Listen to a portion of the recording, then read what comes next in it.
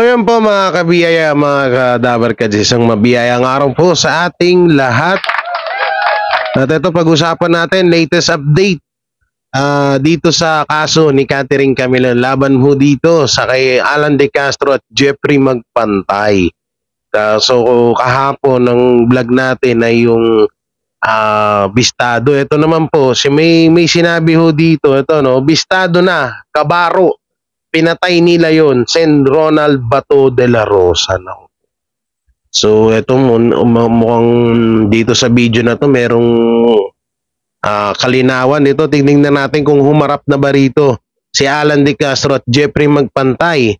Kung lumutang na po ba. So, syempre, bago natin ito simulan, don't forget to like, share, comment, and subscribe sa ating YouTube channel at pakipindot na lang din po yung bell button para lagi tayong updated sa ating mga video araw-araw. At paki-subscribe din po ang aking second channel, J. Guevara Official, at ang aking kasamahan na si Chris MTV, na dyan po kami nagcha-charity vlog. So eto, simulan na natin. Ito yung video, no? I-play na natin. Dito natin makikita. Sana meron ng ano to. Ito ang latest update sa nawawalang beauty queen na si Catherine Camilon na magpasa hanggang ngayon, hindi pa rin natatagpuan, mahigit na 4 na buwan na ang nakakalipas. Ako ang aking panin na mukhang wala na. Pinatay nila yun. Naku po. 99.5% sa aking paningin na mukhang wala na, pinatay nila yon. Ito ang sagot ni Senator Bato de la Rosa, ang chairman ng Senate Committee on Public Order and Dangerous Drugs, nang tanungin siya kung ano ang tsansa o ilang porsyento ang possibility na buhay pa o patay na ang nawawalang beauty queen contestant na si Catherine Camilon. Sa panayam ng damdaming bayan ng DZRH News, nagbahagi ng kanyang opinyon ang dating PNP chief na alam nyo, kahit ako nung una, hindi pa rin ako naniniwala na patay na to si Catherine Camilon. Pero ngayon, sa mga nangyayari, parang malabo na talaga makita natin to ng buhay. Parang tama yung sinabi ni Senator Bato de la Rosa na talagang sa 95% na pinatay na nila ito. At ayun, no, sana mabigyan na ng hustisya to dahil ang tagal na ho. Kaya salamat talaga kay Senator Rapi Tulfo at kay Senator Bato de la Rosa. So panoorin pa natin. Senator Bato de la Rosa patungkol sa nawawalang beauty queen contestant na si Catherine Camilon. Sinabi niya na very slim chance na buhay pa si Catherine at nakita ng duguan si Catherine Camilon noon at dapat nga raw ay isinugod na ito sa ospital. Aniya, bigyan natin ng benefit of a doubt. Pero mga 99.5% sa aking paningin na mukhang wala na. Pinatay nila yon. All indication leads to ganun nga situation. Dahil yun nga, may na-recover sa kotse. May nakakita sa sasakyan na duguan. At tapos, yung sasakyan na na-recover, may dugo ng biktima. So kung may dugo yon, sigurado dapat ay na-ospital na yon para mabuhay. Wala namang ospital na mapuntahan. So most likely talaga yon ay sinamang palad na yung biktima. Masakit man, ay yun ang aking paningin. Yan ang ating theory. Di natin masabi kung full conclusion na yon. Dahil in the absence of victim, di tayo makapag-conclude pero theory natin yan. Pinapaniwalaan natin 99.5% ani Bato de la Rosa. Para sa akin, masyadong very slim na buhay pa. Sa akin, bigyan natin ng benefit of the doubt. Pero mga 99.5% akong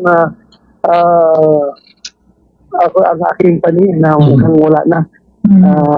Pinatay nila yun. Naku po. Kasi bilang dating PNP chief, Senator Sir, yung mga ganitong malawak ang karanasan. kaso, hindi po bago sa inyo yung mga ganito. Well, I mean, all indications lead to that situation. Ganun na conclusion. Dahil yun na, may na-recover yung kutsi na may nakakita na ginarga siya sa sasakyan na duguan. At tapos yung sasakyan na na-recover, may mga dugo yun ng biktima.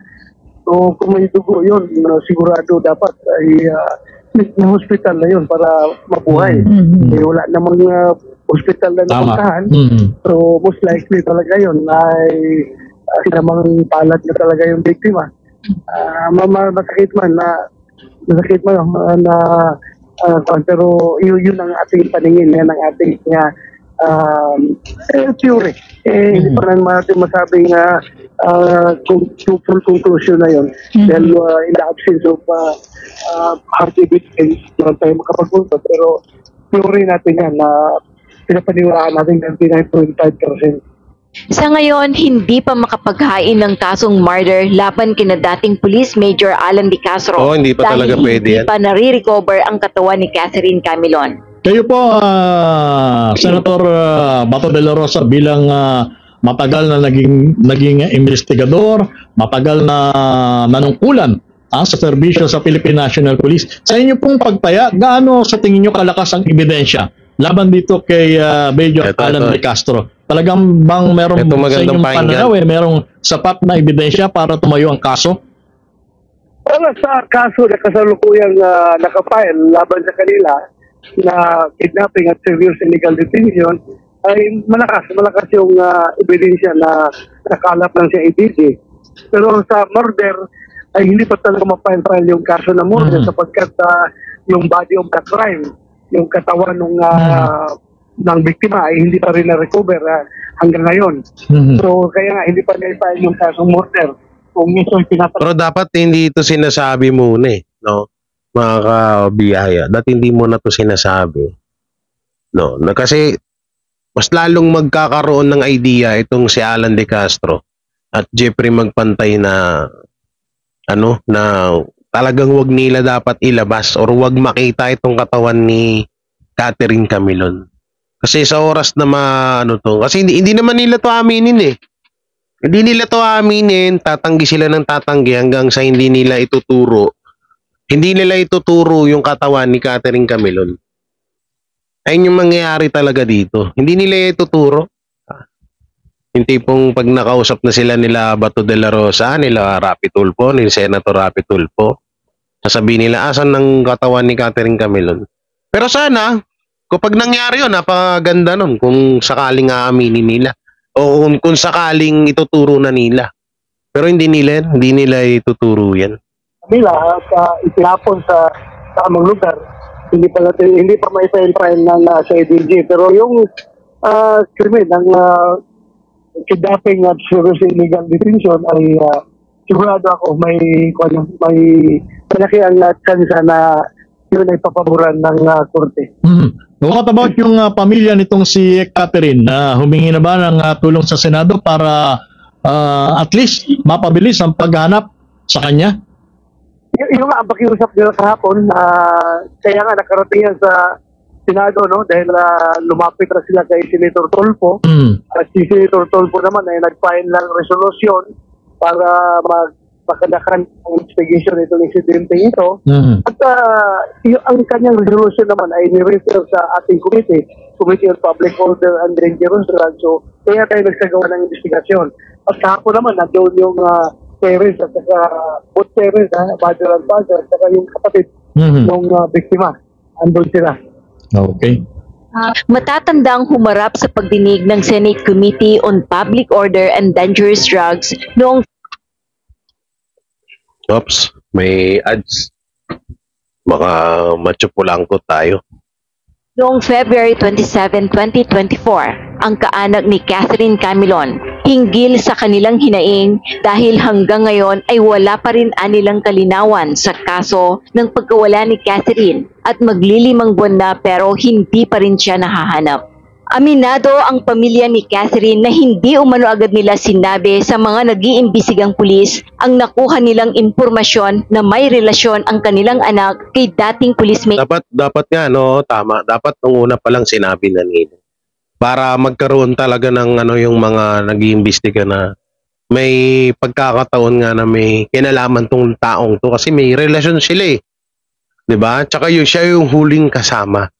Siya yung, diba, tsaka, sapat na ebidensya na yung mga text messages.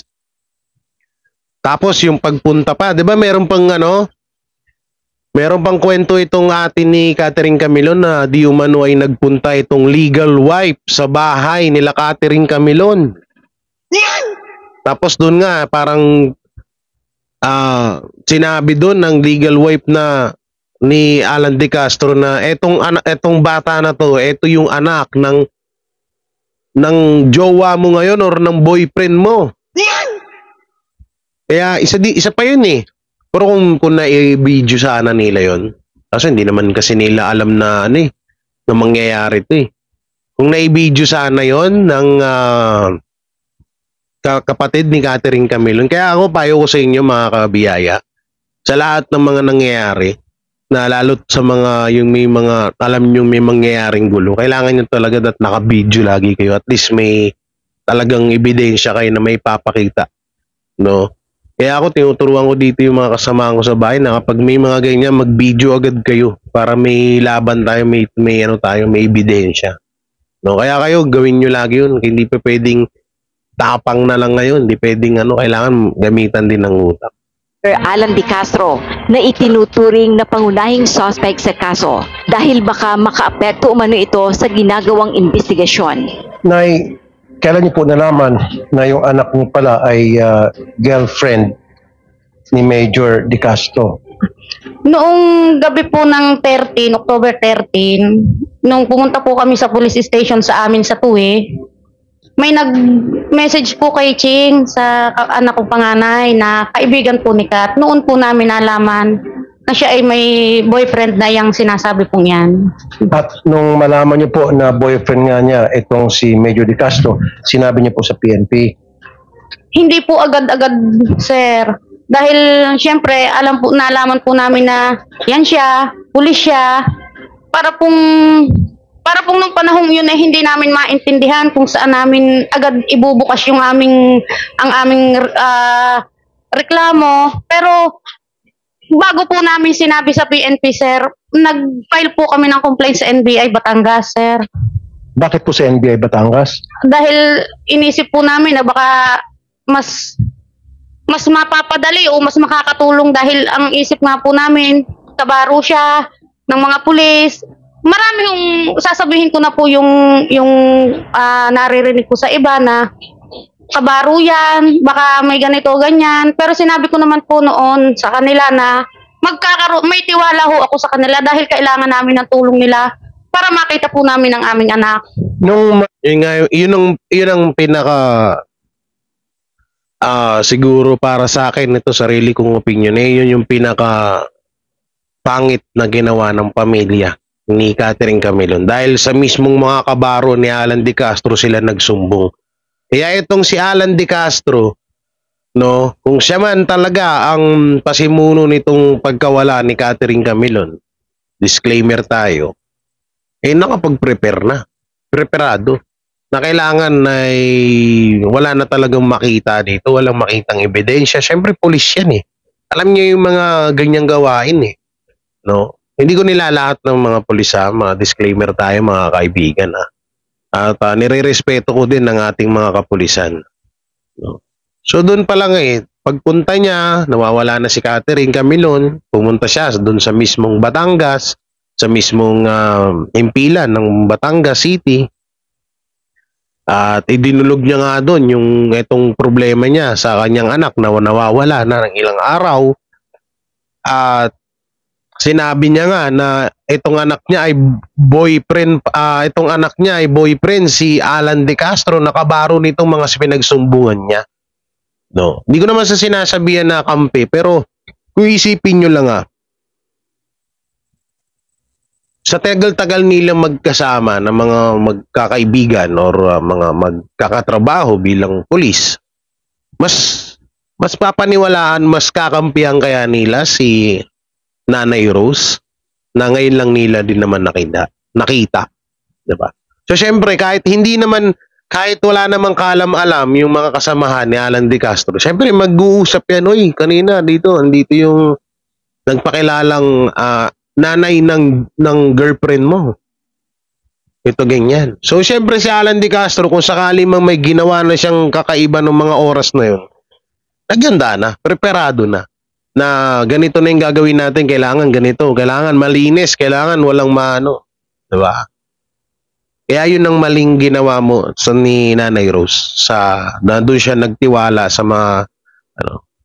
Okay, play natin. Sabi niyo po sa PNP, after sa NBI, Apo. nasabi niyo po sa PNP na karelasyon niya ng anak ko yan si Medyo De Castro. Kailan po yun? Mga October pa rin po, sir, yun. Hindi pa po October. nalampas ang buwan ng October dahil simula naman po nung araw na hindi na namin siya makontak, dire-diretso na po ang paghahanap namin. Okay, kaya po, nung masabi niyo po sa PNP na yung si Medyo De Castro, ang boyfriend ng anak ko, that was in October po, sometime. Nung masabi niyo po sa PNP, ano pong ginawa ng PNP? Gumawa din naman po sila ng aksyon na hanapin. Si Major. Magkaroon ho ng hiningan ho nila kami ng mga salaysay kung paano masasabi na si De Castro ang kasama, ang boyfriend. Ayun ho, para doon na ho nagsimula yung aming pagbibigay ng salaysay sa kanila na ipinaliwanag namin sa kanila na noong umalis po si Kat, ay si De Castro po ang kikitain niya. Nasabi po sa inyo. Sinabi po sa amin ng kaibigan niya, sir. Sinabi Okay. po. So, yan po ba ay nasabi niyo sa NBI din? Apo. Sinang-ayunan naman ni Senator Raffy Tulfo ang sinabi ng kapatid ni Catherine Camilon na mas mabusising mag-imbestiga ang National Bureau of Investigation or NBI kaysa sa Philippine National Police or PNP. Pag pulis kasi ang involved, nagiging Totoo yan, baby-baby ang totoo yan. investigation. Yun po ang napapansin ko. Pag kapwa PNP ang involved sa crime o suspect sa isang krimen, ang tagal ng proseso. Sobrang lenient silang mag-imbestiga ng kabaro nila. Pero kung yan ay di nila kabaro, nakakulong na. Pag pulis, sobrang baby, pinaamo-amo pa. Diba? Ang mariing pahayag ni Senator Idol Raffy Tulfo. Nagkakaroon parang investigation, NBI at saka PNP. Opo. Para sa inyo, sino po mas mabilis sa pag-iimbestiga? Bali, para po sa akin, mas na pumapanig po ako sa NBI dahil ako Tama. po mismo yung nakakakita kung ano po nangyari nung araw po na yun. Ano pong pinakakaiba doon sa investigation na ginagawa ng PNP versus sa NBI, ma'am? Ang tapang na Bali, yun pong sa PNP, wala po akong nakikita na mga witness na sinasabi po na nila na nakakita po ng katawan po ng kapatid ko na nililipat. Kahit po Ay, hindi ba pinakita yung mga witness sa kanila? Sa mismong nagrereklamo? Kahit man lang sana takpan ng ano? So, ibig sabihin, yung witness na sinasabi nila, hindi nakita ng pamilya ni Catherine Camilon, hindi mo lang nila nakausap. Ganun ba? Ay, naku po. Diskumpiyado ako dyan. hindi ko naman po sila ibinababa kasi tawag po dito. Kahit po doon sa pagkuha po ng DNA sample, wala man lang po kaming nakita na, ito po yung picture ng dugo or yung hair strand po na sinasabi. Tip na yan. Naku po. Akala ko pa naman, alam na at nakita man lang yung mga ganun nga, yung ebidensya, yung witness. Wala palang pinakita itong PNP. Bakit? Pati yung ebidensya, bawal yun. Yun ang tsaka pamilya naman to ni Catherine Camilon. Tsaka sinabi nyo naman na kay Catherine Camilon galing yun. So, diba, pwede naman siguro yun, di ba? Comment nga kayo dyan. Po kaming nakitang ganun. Pero yung sa NBI po, alam ko po na yun pong mga tao na involved po dito, sila po talaga. Okay, so in other words, mas thorough, mas mabusis yung NBI Opo. pag-imbestiga kaysa sa PNP. Mas satisfied Opo. kayo. Opo. Mr. Chair, marami na po kong kaso. Kanina sa opening statement ko, sinabi ko naman hindi naman lahat sa PNP loko-loko. Napakarami pa rin po mababait sa inyo sa PNP. Totoo yan. And I salute them because I have so many good friends in the PNP. Totoo yan. In fact, may mga Hindi naman relatives lahat. ako sa PNP. However, yung bang may bulok na itlog doon, yung kabulukan ng itlog na yan, nahawaan po yung mga malilinis sa PNP.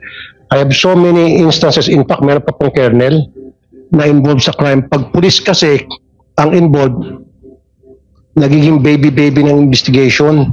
Yun po napapansin ko sa NAPOLCOM, siguro, you would agree with me. Pag PNP po, kapwa PNP ang involved sa crime or suspect sa isang krimen, ang tagal ng proseso. And I experienced that so many times, Mr. Chair. Sobrang lenient sila imbestigahan yung kabaro nila. Pero kung yan ay hindi nila kabaro, kung yan ay tricycle driver, jeepney driver, Kulong agad yan. aba, nakakulong na. O, di ba? May kasama pang kulata. May Pero bug pag pa yan. police, naku, sobrang baby. Inaamo-amo pa. Lahat ng kalapatan ibibigay. Of course, give him his rights. Pero naman, do your best to do your job. Just like what Ma'am Ching Ching said. Sa NBI, very thorough investigation. Pero sa inyo, binibaby-baby nyo. Kaya nga I suggest, dito sa sa NAPOLCOM, at you, Mr. Chair, being dating Chief PNP, pwede ba natin gawing requirement sa hiring sa lahat ng gusto maging pulis o pagkapasok sa PNP na kolektahan ng DNA sample ang bawat recruit at ilagay sa database?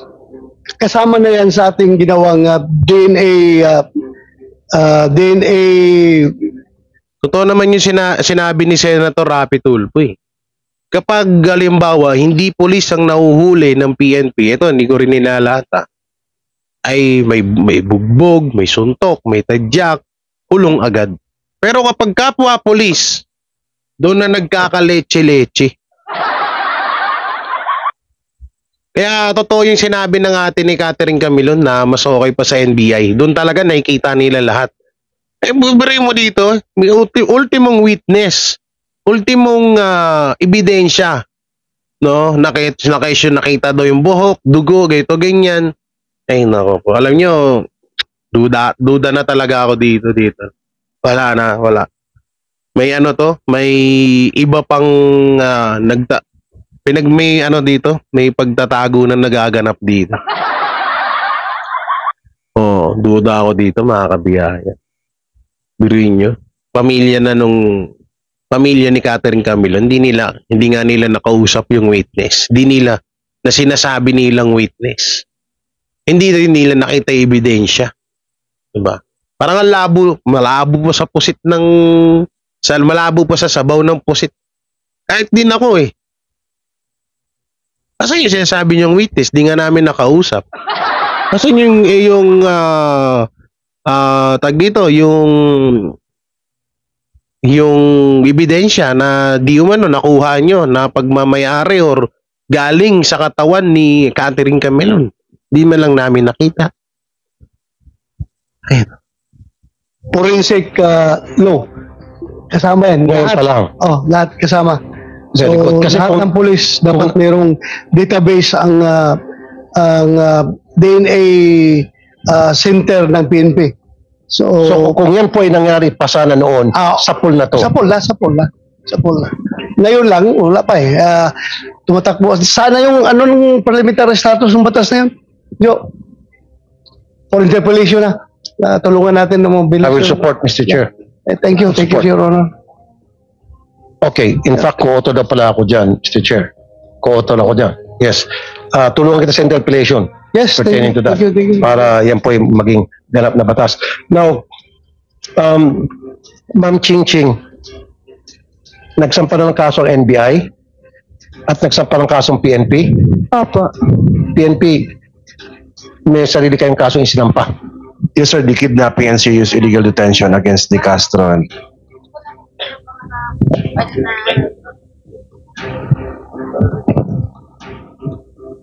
Ang NBI po ata, sir, hindi pa po nagpa-file ng kaso at inihintayan pa nga po ang nung Globe, yung pagbibigay nila ng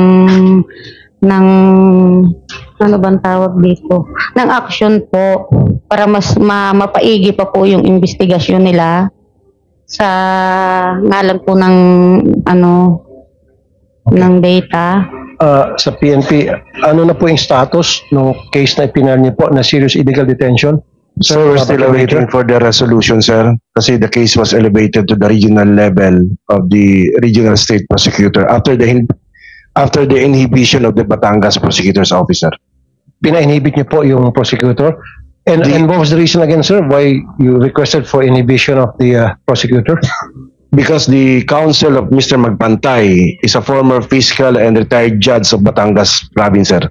She frequented the office of the prosecutor's office. So, with consultation with the Camilon family, we decided to file for Batangas prosecutor's office to inhibit and have the case elevated to the regional level of the DOJ, regional state prosecution, sir. And I would abide to what I've been saying. Give credit where credit is due.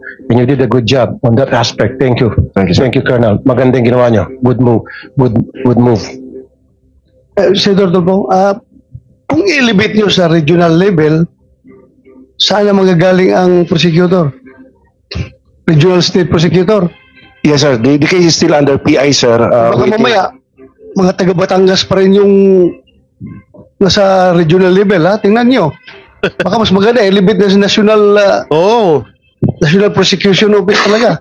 Check nyo No, sir, I don't think the RSP, sir, will put the reputation of their office at stake, sir, with this case, sir. Sigurado na kayo doon, ha? Yes, sir. Yes, sir. Kasi ang Batangas, part pa rin ng Region 4A, di ba? Yes, sir. Sige, well, Ang ibig sabihin kasi, Colonel, ni Mr. Chair, sana sa Manila na lang para talagang malayong-malayo. Kasi kung Batangas, probinsya pa rin yan, baka meron pa rin siyang influence within that area. Dapat dito na lang, mas maganda. Doing that, dahil at least na ipalayo ng konti. Ang ibig sabihin kasi nito ni Senator Bato at si Senator Rapi Tulfo ay mas maganda kung sa Maynila sila kumuha. Hindi yung dyan lang mismo sa Batangas ay sakop ni Alan De Castro yan. Maaaring may mga galamay at may mga contact or may mga ano pa siya dyan na pwede niyang pakilusin. Pwede niyang manduan. Kaya mas maganda nga kung sa Maynila. No? He frequents, yung council niya, he frequents that, yung korte na yan. So inilayo niya lang ng konti. Pero may point nga naman si Mr. Chair, Senator De La Rosa, sana nag-inhibit na rin kayo at nag-request ng transfer of venue, sana dun sa malayong-malayo na kung saan totally zero influence na siya. Yung point ni, ano pong sagot niyo doon ulit? We will consider that, sir, with consultation from the Camilon family. We don't do action without their nod, sir. Since nandito na lang sila, di-consulta natin. Ma'am, nakikinig kayo kanina pa, Ma'am Rosario. Sinabi nila, nilipat nila sa ibang venues, pero Batangas pa rin yung mag-handle ng case. Sa region pa rin, level, which Batangas province pa rin. Ngayon, kung ako di ako papayag, huwag kayong pumayag dyan, Ma'am Rose. Sorry, napindot to. Hindi ako papayag, kung ako dyan, huwag kayong papayag dyan, Ma'am Rose. Delikado. Mano kayo dyan? Lugi kayo dyan. Kung sakop pa rin ng Batangas, di ka Batangas si Major Alan De Castro, dyan din si Jeffrey Magpantay. Kung ako sa inyo, huwag kayong papayag. Mas lalo kayo mas okay pa sa Maynila, kagaya nung sinadjust ni Senator Bato. Mas okay yun. No, mas magandang ano yun, mas magandang strategy yung tinuro sa inyo ni Senator Bato de la Rosa. Mas okay yun. Kahit ako, mas pabor ako doon. So yan, hanggang dito na lang yung video natin. So maraming salamat ulit kay Jessie Perez sa kanyang latest update video. Tungkol dito sa kay Catherine Camilon, na isang beauty queen na halos 5 months na hong nawawala. At itong mga suspect nga na si Alan De Castro at Jeffrey Magpantay, hanggang ngayon di pa natin alam kung haharap ba sa Senado or magtatago na nga ba. So yan ang abangan natin ng mga kabiyaya, sana mabigyan ng hustisya dahil nandito na po na pag-uusapan sa Senado itong kaso ni Catherine Camilon. So yun, anong may kukomento nyo rito mga kabiyaya? I-comment nyo lang po dyan sa baba. At syempre, don't forget to like, share, comment, and subscribe sa ating YouTube channel. At pakipindot na lang din po yung bell button para lagi tayong updated sa ating mga video araw-araw. So maraming salamat. Ingat po kayo palagi and God bless and peace and bye-bye. Sila ang defenders, pagtatanggol ang katotohanan sa mga bashers. Tunay ang kanilang dala, katotohanan talaga. Ano mang sabihin nyo ay di yan sa kanila uubra. Mga salita nyo na di katotohanan. Sila ang patunay na merong katotohanan. Wala silang kinatatakutan, basta nasa tama kanilang paglalaban ay kanilang susuportahan. Sila ang defenders na laging nasa likuran